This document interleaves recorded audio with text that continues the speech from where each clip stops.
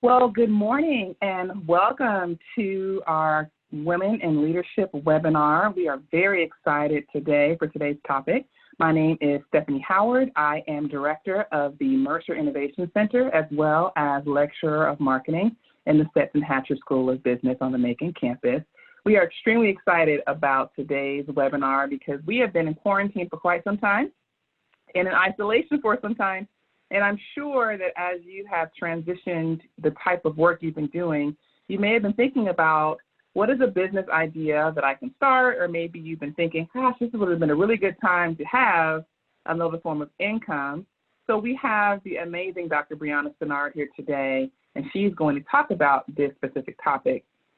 She is our Assistant Professor of Management and Entrepreneurship, as well as an entrepreneur. And she is going to talk about, is your quarantine idea worth pursuing?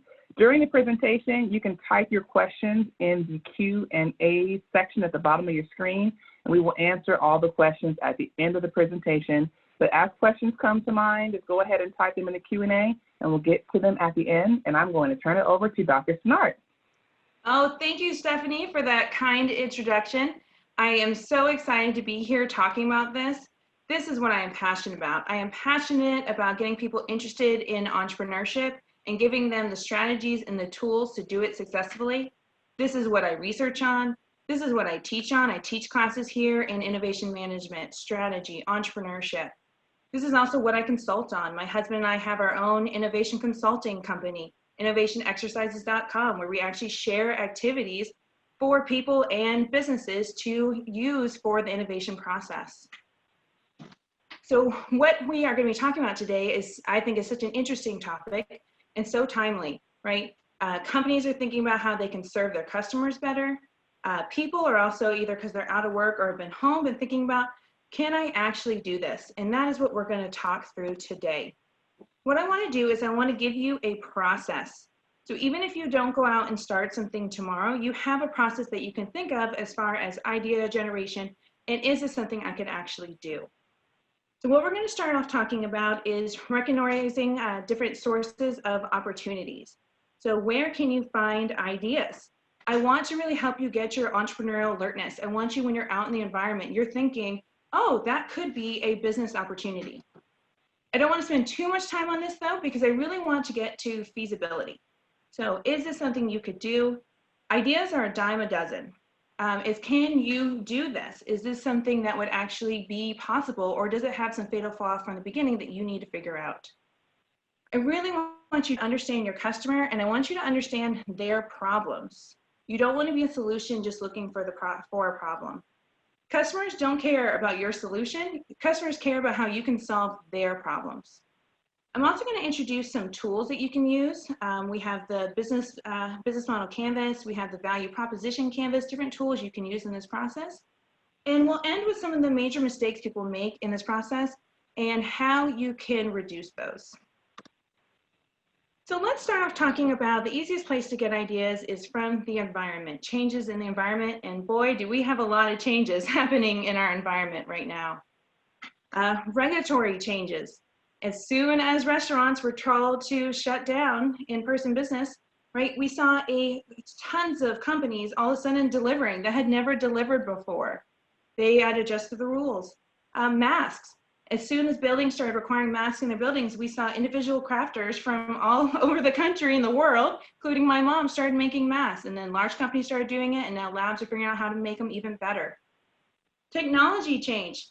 We now have our kids doing pre-K on Zoom, right? There's been lots of technological change happening around us.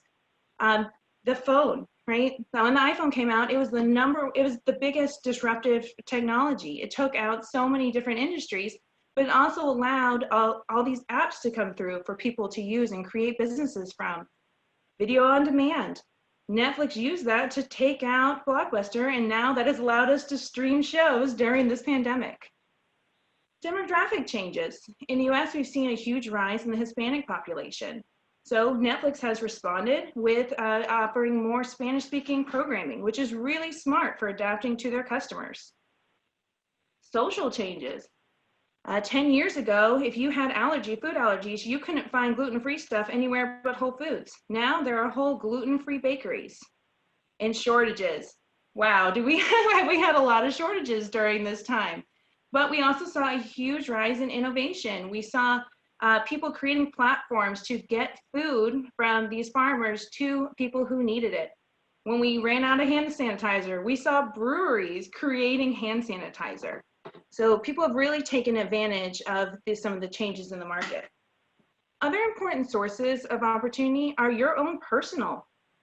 First off is work experience. This is actually the #1 place that people get their ideas. It's also the #1 predictor of success. Why? You know what the problems are for your customers. You have connections, you have industry experience, you know the suppliers, you know the customers. So this can be really helpful. Betty Nisbet Graham, she was actually a typist in the 50s, and she was realizing when she made a lot of errors, she didn't know how to fix them. So what she did was that she actually was a painter, and she used white paint to start painting out her errors. Other typists started seeing this and thought then they wanted it. So she actually got together with her son's high school chemistry teacher and created a formula to what became today's whiteout. And this single mother ended up selling whiteout to Gillette for millions of dollars. Your education and your expertise, definitely for consulting businesses, this is a way to start up, right, using your expertise. But also, Lonnie Johnson, he's actually one of our popular Atlanta entrepreneurs. He used his experience at Jet Propulsion Lab to create the Super Soaker. So how do you use your expertise in different ways? Hobbies. What do you like to do? Is there things you're already correcting? Maybe there's something that you're already correcting in your golf game that you could use as a product. Nick Woodman did this when he was in Australia. He was surfing and he wanted to be able to take pictures of himself. So he strapped a band to a camera, and that was the early prototype of GoPro. And what about your frustrations as a customer? Sarah Blakely, when she was a salesperson, she was walking around, it was hot, and she realized that she liked the way her pantyhose made her look, but she did not like how hot they were. So she cut them off, and now we have Spanx. This is where we see, wouldn't it be better if, right? Thinking of those situations. So these are a couple common ways that people come up with ideas. Now I'm going to talk to you about a creative acronym that you can carry with you. This is one I love. I think it's very useful. So think about scamper. So S, what can you substitute? Can you substitute a taxi cab for a car, someone's car at home? Yes, right? That's the Uber business model. Could you substitute another ingredient, gluten for gluten-free? What can you combine? Are there some things you can combine? I would love if you could combine a washer and a dryer and just make one. What can you adapt that's currently on the market? A lot of people think that they have to come up with something new, brilliant, and radical. You don't. Most technologies are not radical. One of the highest selling products off Shark Tank is the sponge, the Scrub Daddy. They do not have to be radical. It's actually a lot more common for it to be incremental. Gillette has built an entire business off that. The razor itself has barely changed in 100 years. What do? Every year they add on a new blade and charge more for it. What can you modify? Is there things, could you maximize it? Could you make it bigger? Could you minimize it and make it smaller? Xerox made huge copiers. Canon came in and realized they could make it smaller and put it into the home office. Cat litter. Cat litter is so heavy, they figured out how to make it lighter, and they sold it for more money, and it worked. Is there something you could put to another use? If all the uses for your product or technology went away, what else could you use it for? Arm & Hammer had the problem with their baking soda that is something that was used very infrequently, just a little bit for cooking, so people were going through maybe one a year. It was also, they weren't making good margins off it because it was inexpensive, less than $1. So they actually asked their employees and did a competition to see how else they could use this. This is where we came up with the using in the refrigerator, use it to clean the microwave. What can you eliminate? This is the fun one, right? What if I did not have to leave my house to get gas? What if I did not have to leave my house to get packages? What if I didn't have to go to the UPS to go pick up my packages? Amazon has made a whole model off of this. What if I didn't have to leave my car to get my groceries? This has been my favorite pandemic innovation at Walmart. Rearrange. Is there a way you could rearrange or reverse the process? This happened with, or it used to be that when you went to get food, you had to sit down, you would order, then you would eat, and then you would pay. McDonald's came in and said, let's flip this. Come in, pay first, then you order, and then you take your food away and then eat. So now that you have your amazing idea, we need to think about, is this actually feasible? Could we do this? In the 90s, IDEO, a famous design thinking company, they actually were told by Dateline to come up with a new shopping cart. So this is what they did. This is what they came up with, is this prototype. As you can see, it doesn't have the giant basket. Instead, it has little baskets that you can take with you as you shop. It has a way that you can actually call the people at the front office to ask questions. It has a way that you can check prices. What do you think of this design, Stephanie? Is it better than what we have? They should have just fixed the fourth wonky wheel. So even if you don't love this design, you can argue that it is better than what is out there now, right? Our giant basket hasn't changed in how many years? We can all, even you at home, can think of ways to do that better. So why has there been no improvements to the shopping cart? Why? It's because who's the customer? Stephanie, are you going to go to Kroger over Publix because they have this shopping cart or a better shopping cart, period? No. No. Can the grocery stores market this in their advertisements? Come to us, we have the best shopping cart. No. No. So even though we can say we would like this, as end users, we are the end users. We are not the customers. Who's paying for it? The grocery stores. So if we are not going to change, we're not going to go shop at one grocery store over another because they have this cart. The grocery stores have zero incentive to get rid of all their carts, spend money to buy these new ones.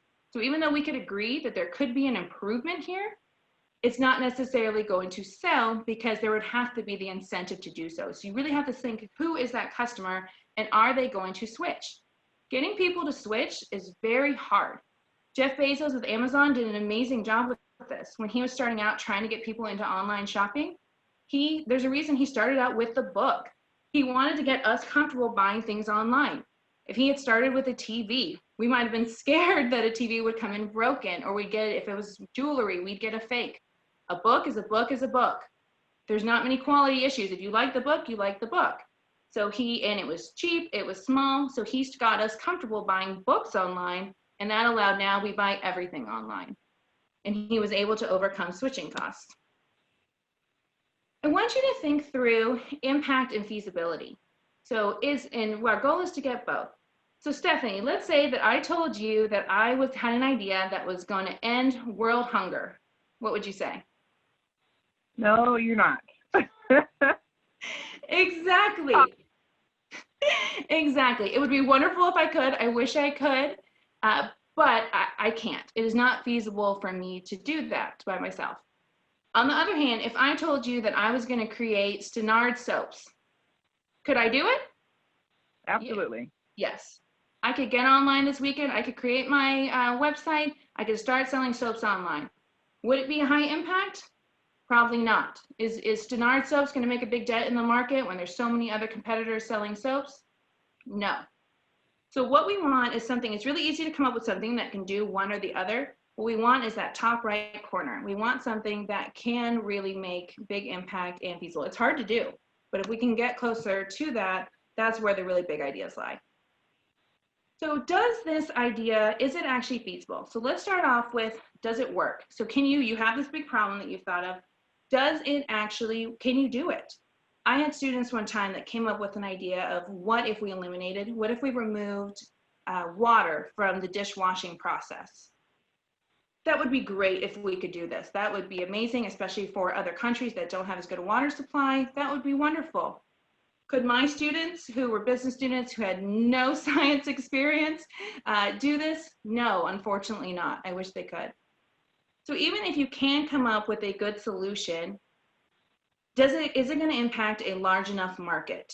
Is there enough people out there who are going to buy it that you can make profits? So yes, some people might have these problems, but is it large enough you can make money off it? Let's say you have 1 and 2. You could actually make this. You could make a solution. It would reach a large enough market. And then the question is, can you do this?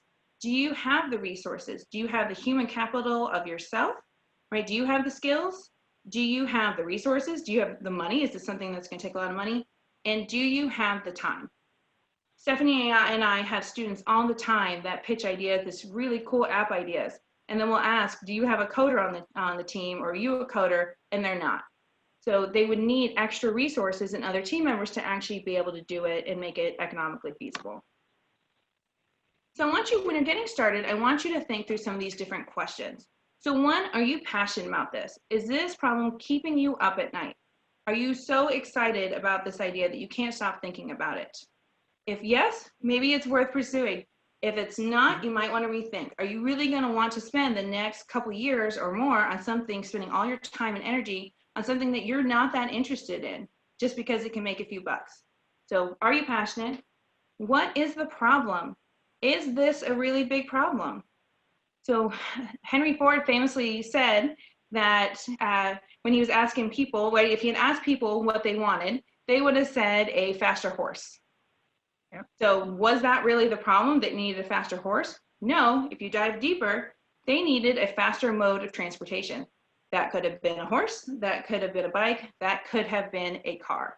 So what are those underlying problems? I want you to always be asking why. Think about why this is a problem.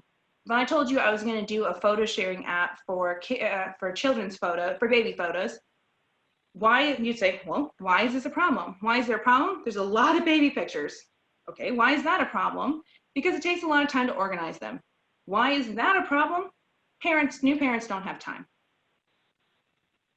Who is your first customer? Who is this first person that is going to be buying? You really want to focus in on a specific customer early on. Who that customer is going to impact your marketing. It's going to affect your pricing, the value that you offer, really narrowing in on who that customer is and what their problems are. And you need to think that through, because we all have different priorities. We would all love something that is high quality and that is cheap, but we obviously have preferences along that spectrum of which ones we are going to focus on and which ones we are going to prioritize. Why will they buy it, and why will they buy it from you? Why are you different? How are you going to get those people to switch to using yours? What is the size of this market? Is this a large enough market? And you can do some basic research on Census Bureau to actually look and see if this is a large enough market that has your problem. What is the competition? All the time people say, I have no competition. Wrong. Yes, you do have competition. You always have competition, even if it's not direct. For example, Southwest, their direct competitor is JetBlue or Spirit, other low-cost carriers. But they also have the indirect competition of us getting in a car and driving to Houston, or us getting on a bus, or us choosing not to travel at all, which is what they're experiencing right now through this pandemic. So you always have competition. And even if you don't have a lot of competition, that's not necessarily a good thing. A lot of people think it is. Oh, there's not much competition I should get in right now. That also might mean that there's not a problem, that there's not really much of a need. Opposite, if you're doing a Google search and you find that you have a lot of competition, that shouldn't stop you right in your tracks either. I want you to think about what you are doing that is different. It's not that they're all necessarily bad, it's what can you do that is different. IKEA, when they came onto the scene, they had competition. They had Ashley's Furniture, they had Haverty's, they had all those different competition. They were all doing it the same way. They had the big fancy store, you walk in, you get this expensive piece of furniture, it takes weeks to deliver it. They realized that there was this whole customer of young families who didn't need something super expensive. They didn't even need something super high quality. What they needed was something that still looked good, that was affordable and still stylish. So that's where they came up with IKEA. That's what their business model is based around. And it's taken off, and they were able to lower costs by having you take the furniture away, assemble it yourself, which people were okay to do it to get this affordable and still good-looking furniture. How do you protect your idea? Is it actually proprietary, or are people going to come in and be able to copy it very easily? Crocs made so much money overnight. But competition quickly realized that this was practically a styrofoam shoe. So overnight, we also saw a lot of competition, and their competitive advantage quickly went away.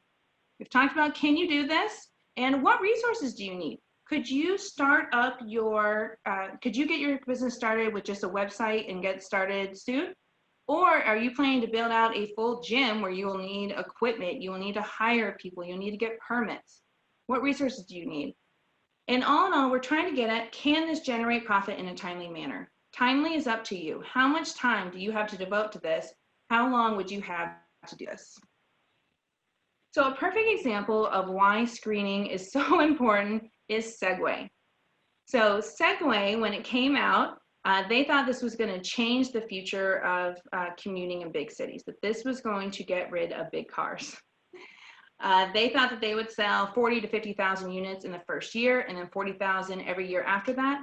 What happened was they actually only sold 30,000 units in 7 years. Times calls this one of the biggest tech failures of all time, the $100 million flop. Why did this happen? Was it the founder? Absolutely not. Dean Kamen is amazing. He has over 400 patents. He also has money. So money was not an issue. A lot of times funding can be an issue starting out. He had the funding to do this. He had high connections. So there was a lot of press around this. So press and getting the word out was not an issue. It wasn't a technology issue. So the technology itself actually had very little bugs. Usually when new technologies come out, they have a lot of issues. There was very little issues when this first came out, relative to other kinds of technologies. So then what happened? I want you to think about who is the customer. So the problem they're trying to solve. So their problem was commuting in large cities. So I want you to think about, who is this person who is commuting to work? So they are going to work. So Stephanie, they're on their way to work on their Segway. Can they ride on the sidewalk? No. No, they'll run people over. Can they ride down 85? Not for long and not safely. They'll get hit. So the government might have to come up with some kind of Segway lane. Do they have any incentive to do that? No. No. So let's say you get to work and you need a place to put it. So are you going to lock it up like a bicycle? This is a $4,000 piece of machinery. Are you going to lock it up like a bike on the side of the road? Mm-mm. Probably not. Okay, so then you take it upstairs. You take it up to your cubicle in downtown Atlanta. Can you sit your Segway? Is there room to put your Segways next to your cubicle? Probably not. Is your boss going to build a Segway room so that you can put your Segways in it? No, they're not going to use their little bit of real estate to do that. So you can already see some issues with who this person was, the commuter, right? They're going to have issues actually using it to commute. So that's first off. Second, tell me more about this person. So this person who is let's say right now they're getting on the subway to commute to work. What kind of person are they, or what kind of traits do they have? Stephanie? There may be someone that doesn't have a car, Mm-hmm. or they're trying to save money. They may have a limited income, or Right. the city has made the infrastructure for public transit, which is better than driving. So let's say they are trying to save money. These things were $4,000. Are they necessarily going to go out and buy a Segway as their solution? No. If they don't have a car, they could buy a used car for $4,000. They're not necessarily going to buy the Segway. What else do we know about these people? Let's say people who are currently biking or walking to work. What kind of people are they? Not my kind of people. Healthy people. Healthy people. Is a healthy person who bikes or walks to work, are they going to be getting on a Segway? No. No. So you can see already, right, in just this 3 or 4 minute conversation about this, that there were some fundamental flaws before they even got started. It wasn't a technology issue. It was not a financing issue. It was a market issue. Who is the customer? What are their problems? Can you solve their problems? And this is why it's really important when you're starting out to think through your customers. You can think of a broad list of customers, as many as you can think of, and then I really want you to narrow down into a focus. Even Facebook started out with a focus. They started out with their early adopters. Their first market that they tested this out on was Harvard students. That's a very specific group. Then they expanded to everyone that had an email address, and now Facebook is with everybody. We can all use it. But it started out very specific so they could focus in their marketing efforts and their testing to that customer and their needs. How acute is their pain? Is this a serious pain? Is this a migraine, or is this a slight cold?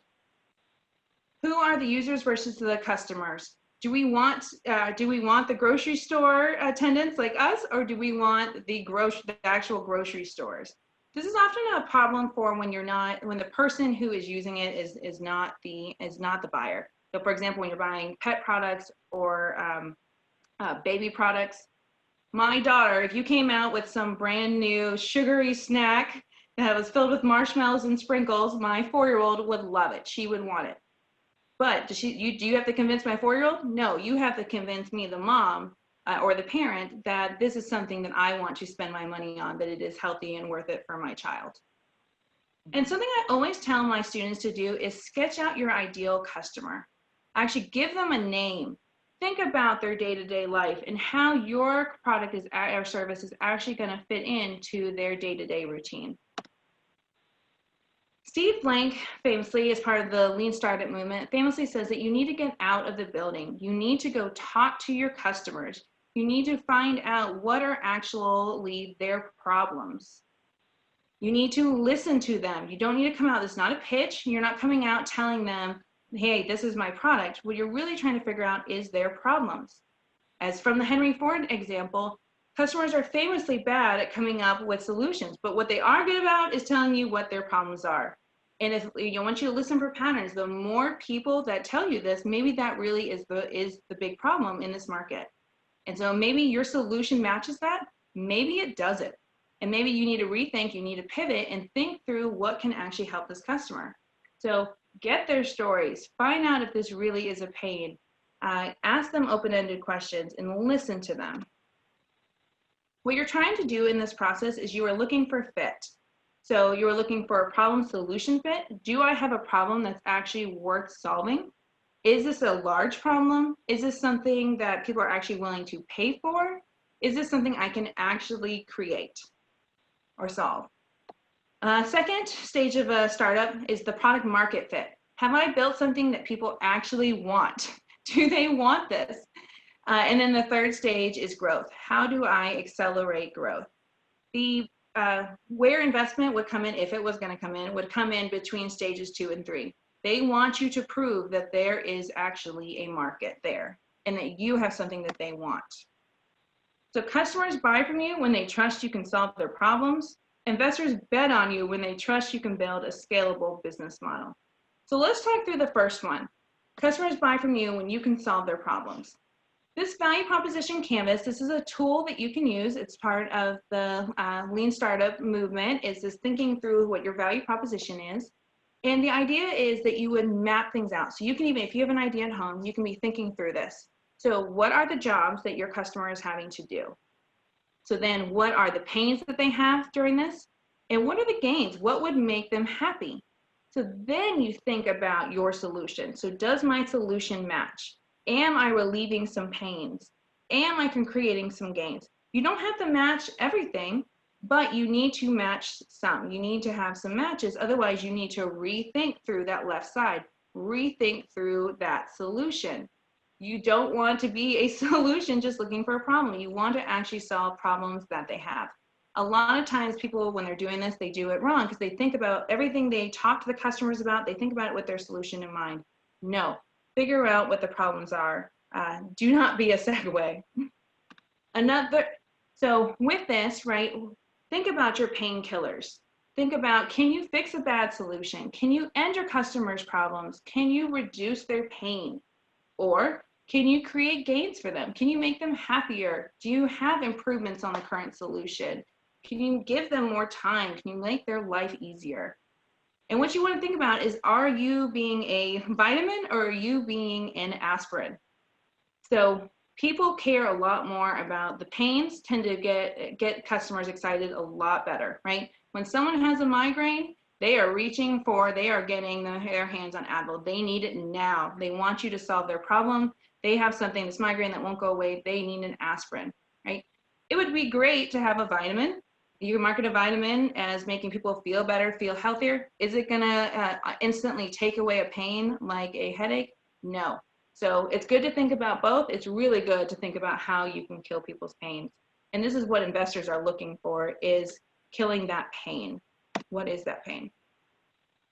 So once you have that value proposition canvas, when you think about your value and your customers, I want you to think about your business model. So how are you actually going to make money? How are you going to give value to customers while also reducing costs? And that is what the business model is all about. So instead of going out and starting up spending all this time to create a business plan, write out a 5-year plan with financial projections, the idea here is that you would really just think about what that business model is. You could use a canvas like this.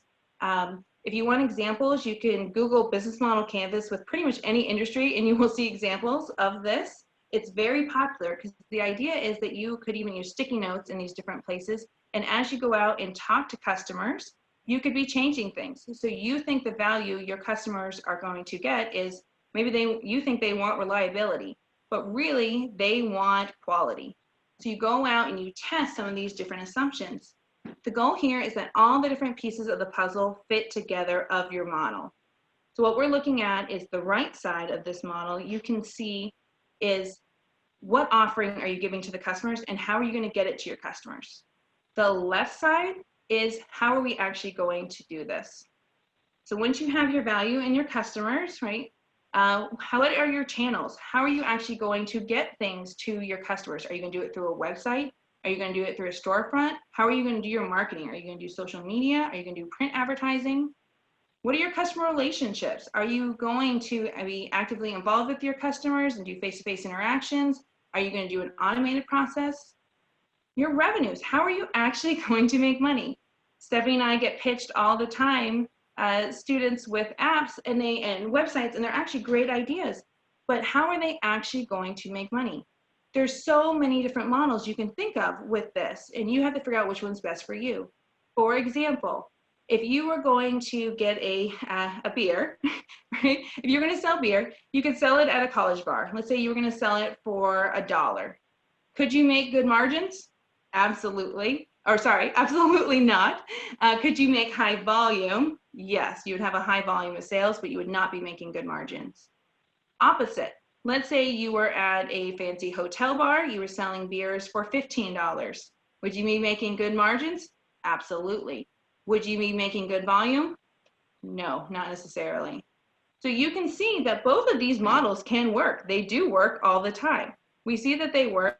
If you can at least get margins or high volumes, then you're doing well. It's best if you can get both. And it's a problem when you can't get either, like our Arm & Hammer baking soda example. On the opposite, you think on, so if you think on the left side, then we're thinking about how are we actually going to do this? So think about your key activities. What do you need to do? Do you need to get your website up and running? Do you need to get a storefront? Do you need to hire people? What do you need to do? What are your key resources? What do you need? Do you just need a laptop and a web page? Or do you need equipment, ingredients, staff? Key partners, who do you need to partner with to get this thing done? Do you need some help?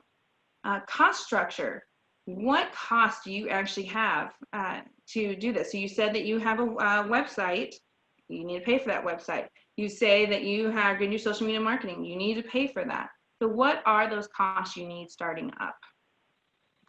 This is something I could talk about forever. So this is a very short conversation, but I hope it at least gives you this tool of thinking through your business model. What I want you to get to is that you could create a value proposition statement that you could actually solve in one sentence, explain to me what you are doing.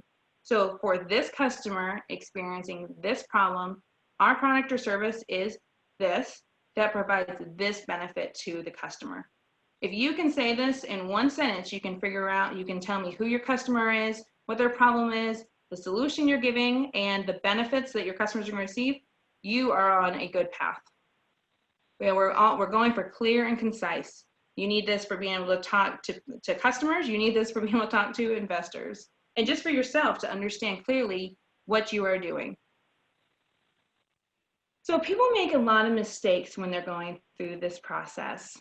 So I want to help you avoid some of these. So one is creating a solution with no problem. Hopefully I've nailed that one in enough during this, is that it's important to know what that problem is, and you don't want to be identifying the wrong problem. Like in this Segway example, you don't want to judge ideas too quickly. Women especially, we do this a lot. We want things to be perfect. If it's not immediately perfect, we discard it. Women, for example, when they are filling out job applications, if women don't hit, if they're missing several of the things, they won't apply. Men are way more likely to apply, even if they don't hit everything on the application. So the idea is, right, so women are a lot more cautious, especially with kind of judging ideas. We're perfectionists. We want things to be perfect. You don't want to judge ideas too quickly. When you're doing the brainstorming process, you really want to think things through and think about how you can adapt them.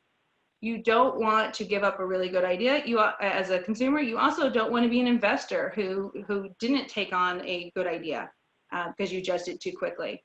Think about all the investors who turned down Steve Jobs when he came a-knocking, and now they regret it. Another one is stopping with the first good idea. So for examples, okay, Stephanie, can you help me with this one? If I asked you to think of something that was round, what would you say? Go, think of as many things as you can. All right, ball, orange, hula hoop. That's a good one. So when I do this, I've done this exercise a lot, and anytime I do this, a majority of people in the, at least usually the first one, or at least top 5 is ball.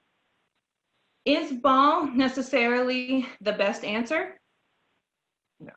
No, it's a good answer. It is a right answer. Is it the only right answer? No, to something being round. Is it the most creative answer? No, not necessarily. Right? If I had given you 5 minutes to do this, you probably would have gone way deeper, and you would think about all these different things that are around, like snowmen, and you could go down that rabbit hole. You could think through all these different things. So the idea is, even if you come up with a good idea, the things that come to our minds first are usually the ones that are the easiest to come up with, that other people are coming up with. So if you really want to get to the creative ideas, I press you to think further, to keep thinking about this and not just stopping with the first good idea. Obeying rules that don't exist. If Tesla had followed the rules and the dealer rules, we wouldn't have a Tesla. If Uber had followed the rules and gotten their medallions in New York City, we would not have Uber. Don't follow rules that don't exist. Think about how you can adopt them. I want you to also be thinking about some of your things you've come up with, and think about if they match any of these. And if so, I'd like you to rethink them a little bit. Are they in a tiny niche market? Is it such a small market that, and oftentimes we do that with ourselves, right? We think of us as the market. You need to find out if other people are in it. If it's such a tiny market that you can't make money, that's a problem. Unclear value proposition. If you can't tell me why this is important for customers or is going to provide them value, then we have a problem. If the only thing you can say is lower cost, that is not enough. Oftentimes large companies can beat you when it comes to lowering their costs. I want you to think of how you're actually going to provide value for people. Are you going to provide quality? Are you going to provide reliability, convenience? What are you solving for them? Features. Oftentimes people come up with features for current companies. My students do it all the time. That's where they come first, is looking at these features, which is great. I had a student who came up with, said that we needed to have margaritas in a Keurig. Absolutely, let's do that. Keurig, please do that. Okay, but that is profitable for Keurig. Keurig does not need you to do that unless you could get a patent on it. Keurig does not need you to create their margarita mix. They would partner with someone with a margarita mix. So when we think about features that just enhance current products, they can do that. They don't need you to do that. Limited barriers to competition. When the market is too easy to get into, It can be too easy to get into. Right, with my Stenard soaps example, there's lots of competition. Anyone can throw up a website and start selling soaps. In 2000, we had a lot of pet companies crash. They went online trying to sell dog food online. There was so much competition. It was so easy to get on and do this, but the business model was wrong. And there was so many people doing this that it failed. And a lot of those companies went out of business. And lastly, I want you to think about what won't be necessary after COVID is over. There is a lot of problems that you are going to want to solve. I want to solve them too. But we need to think about which ones are going to be problems in the future. Jeff Bezos, he famously said that people all the time ask him, what's going to change in 10 years? And what he likes to answer is, what's not going to change in 10 years? So for him, he knew people were going to want low prices. He knew people were going to want speedy delivery. He knew people were going to want a wide selection. So those are things that were not going to change. So even now, think about things that are not going to change. Are we going to have face masks in 5 years? Maybe, maybe not. Are we going to need telehealth? Absolutely. Are we going to need virtual education? Absolutely. So what are things that are happening now? There's lots of problems. What are things that we could solve that our people are going to need 5 to 10 years from now? In summary, I want you to solve big problems. I really want you to understand your customer and their needs.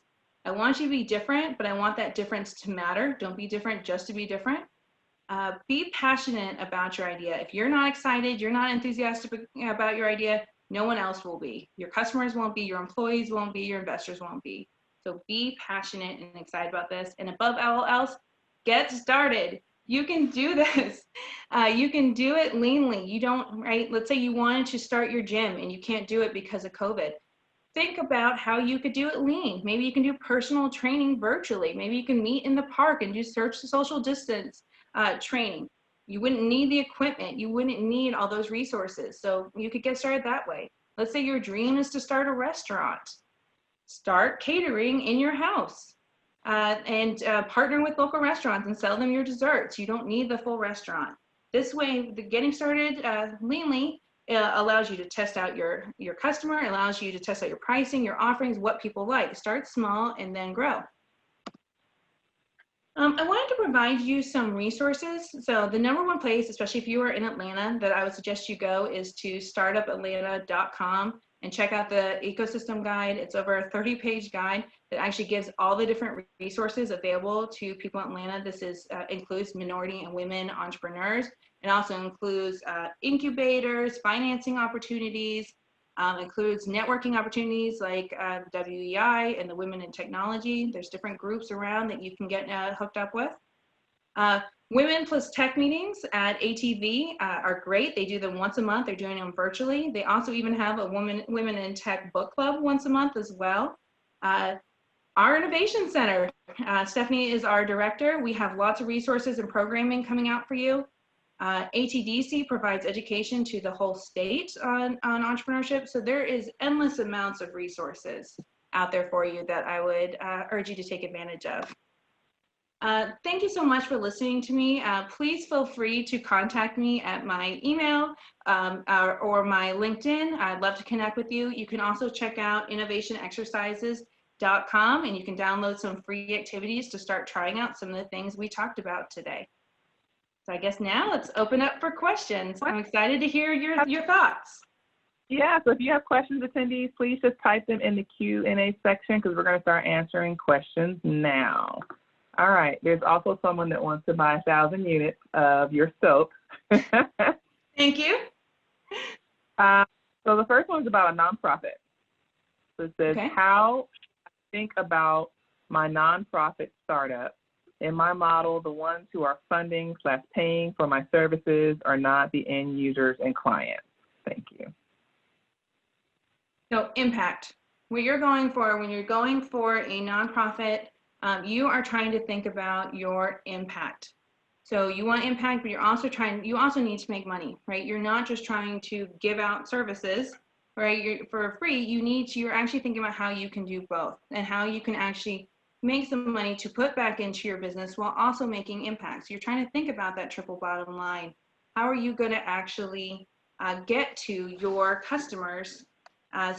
So we use, especially in this example, we use our end buyers, right? So our customers, we convince them of our impact. So people want to buy from people that are doing good, especially in the millennial population. There's lots of studies that have shown they're more likely to spend money on things that they think are sourced responsibly, that are done well. So convincing your customer that that it is worth doing, right, that they would buy from you over somebody else, that you are really making this impact, then that will allow you to help, right, your end user that you are trying to sponsor. Another question, it's a few questions in one, but you know, the same. So if you have a great idea for an existing product, but you would like to improve upon the design, how can you go about pursuing a patent? How much would it cost? How could you prevent other people from using the patent?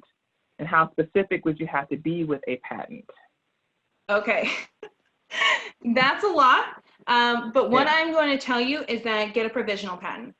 So you don't have to start the entire patent process. So the patenting process is very expensive and very time consuming. My family business, my father-in-law has gone through this process many a times. It is a very expensive and time consuming process. But what I recommend to you is that you go the provisional route. So what a provisional route, instead of the full patent, is that you actually go ahead before you manufacture, before you go out and publicly talk about an idea, you need to get a provisional patent. So what this does is you put down your ideas and you put out what you want to have in a patent. And so that at least protects you for that year. So within that year, you would then need to file for the real patent. If you don't, you actually lose those rights. It starts over with a new date on the patent. But if you could file, that will allow you to get time. So while you are actually figuring out exactly what you're doing, as long as it's close enough, you could then file the real thing if you decided it was worthwhile. But yes, if you were going to go out and partner, if you were going to have someone manufacture your product, you need to make sure you at least get the provisional. It does not take very much time, and it's a much cheaper route to go than filing the full patent first off. I'll add on to that. This is one thing entrepreneurs don't invest in. You're going to spend money on something, an attorney and an accountant. And, you know, the other side of patenting things is, you know, do you have the bandwidth? Do you have the legal team that supports you in enforcing the patent? I mean, you can't keep people from using your patent. But the patent, I call them invitations to talk about it in court if there is an issue. But make sure that you are consulting an attorney and really thinking about, you know, is this one thing worth the investment? Because they can add up significantly. Yes, it can. I have another question. It says, how would you go about getting surveys in front of your potential customer? I would love to hear what their pain points are for my potential service, but not sure how to send surveys outside of my friends and family. Okay, so that depends on, so one, I wouldn't start with surveys. One, I would start with getting out and actually talking to people. So if you are having, if you have something that you need to solve, actually go out and talk to people who need it. If your customers is university students, that is so easy. You go stand out on a customer and you stand out on campus and talk to customers during lunch. You say, can I talk to you for a quick minute? And you ask them some of your questions. All you need is a 5-minute conversation starting up. Actually talk to people, get their problems. I-Corps at NSF, they give huge grants to technologies. They will not let you even be up for their grants unless you have talked to over 100 customers. So you need to actually get out in front and talk to people. If you are doing something medical, make sure you go talk to whoever is actually purchasing that technology. So that is first, get face-to-face conversations or Zoom conversations, not just how people say, it's not just what people say, but how they say it. So you want to actually get out and talk to people. But then if you are going to do a survey, that would be the next step. But again, I think that is more when you're really getting into market research, not when you're starting out. But if you are going to do that, there's so many things you could use. You can look on Facebook and get an idea of the market and the size of your market. There's so many things out there where you can actually send out your survey to a wide audience, and people, it's pretty actually easy to set up, is to get people to actually you can pay them to take your surveys. There's lots of opportunities out there, but again, I would not start with surveys. I would start talking to customers.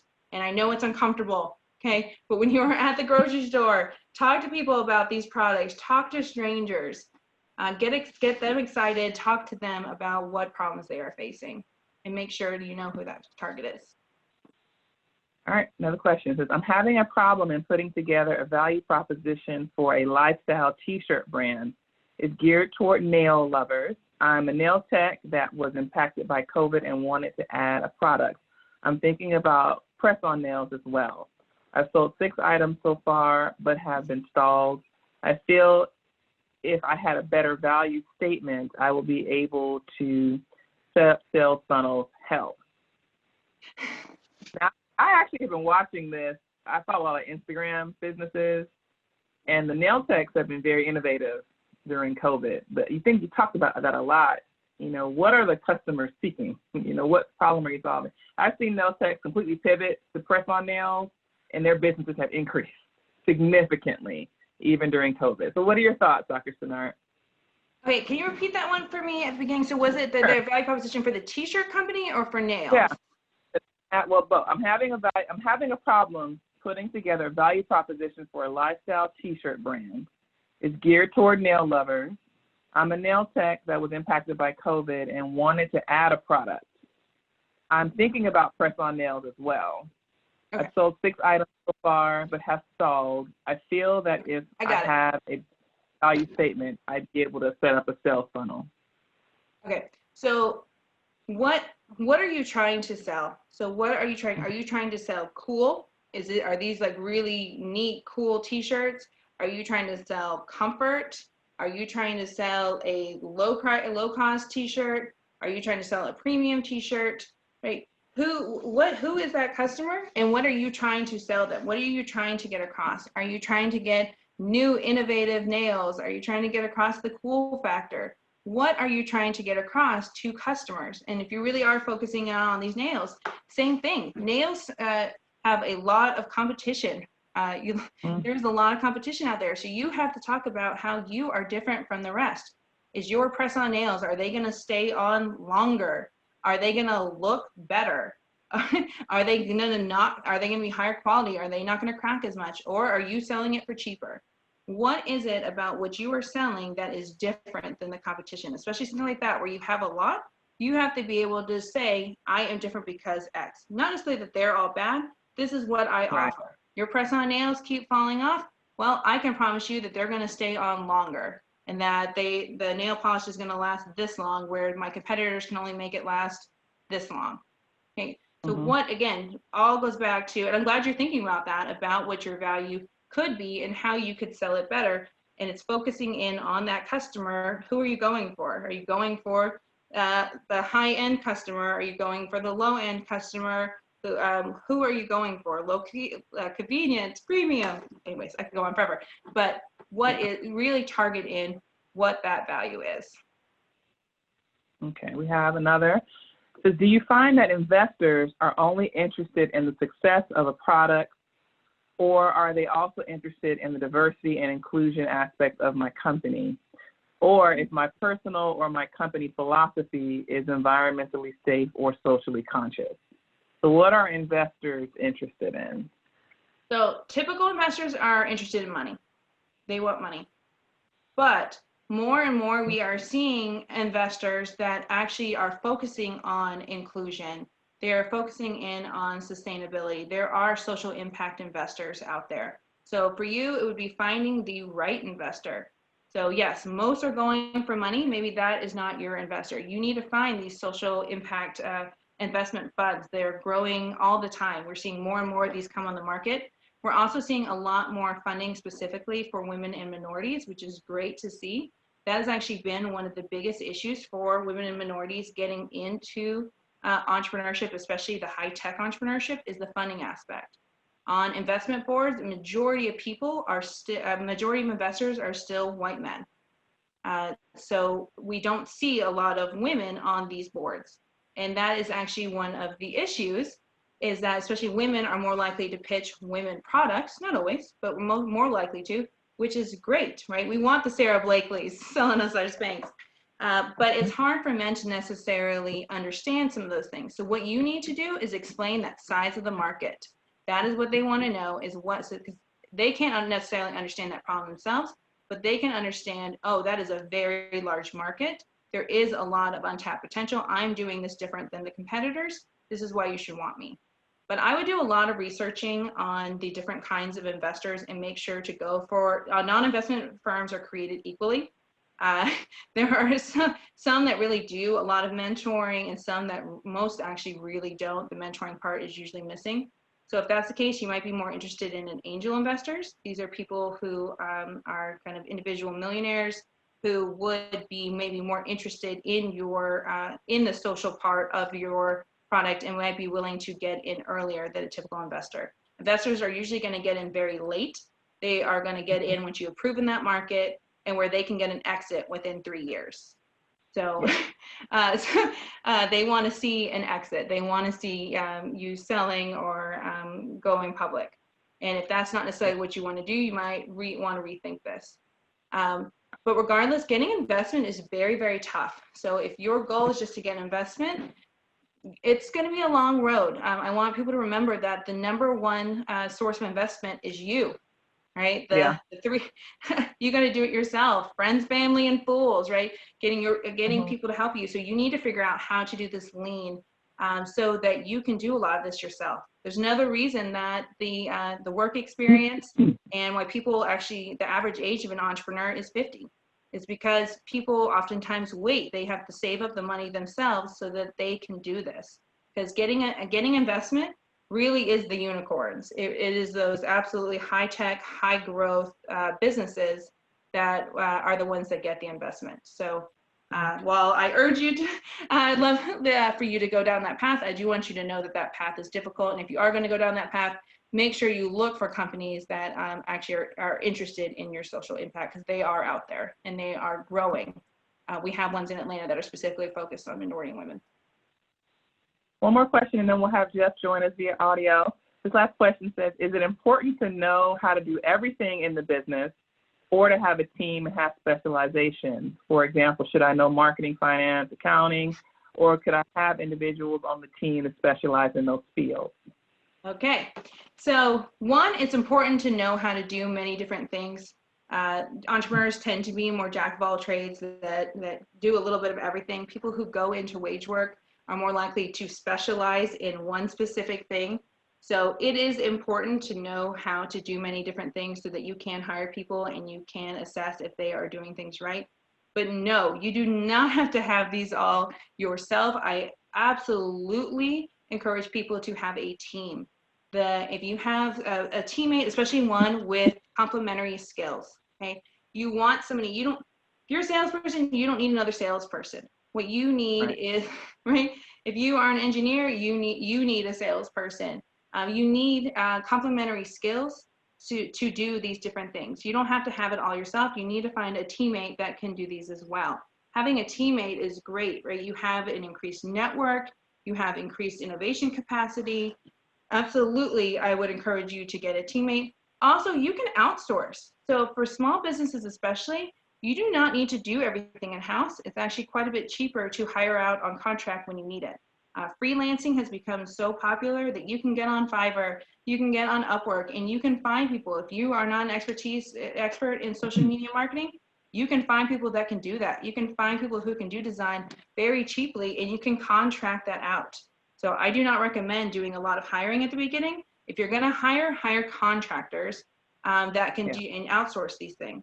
But remember, do not outsource what you're doing. You need to think about what your core competency is, right? If you're starting a restaurant, you or someone on your main team needs to be a chef, right? If you don't want to outsource out the core of the business, but you can outsource things like marketing or legal or finance if you needed to.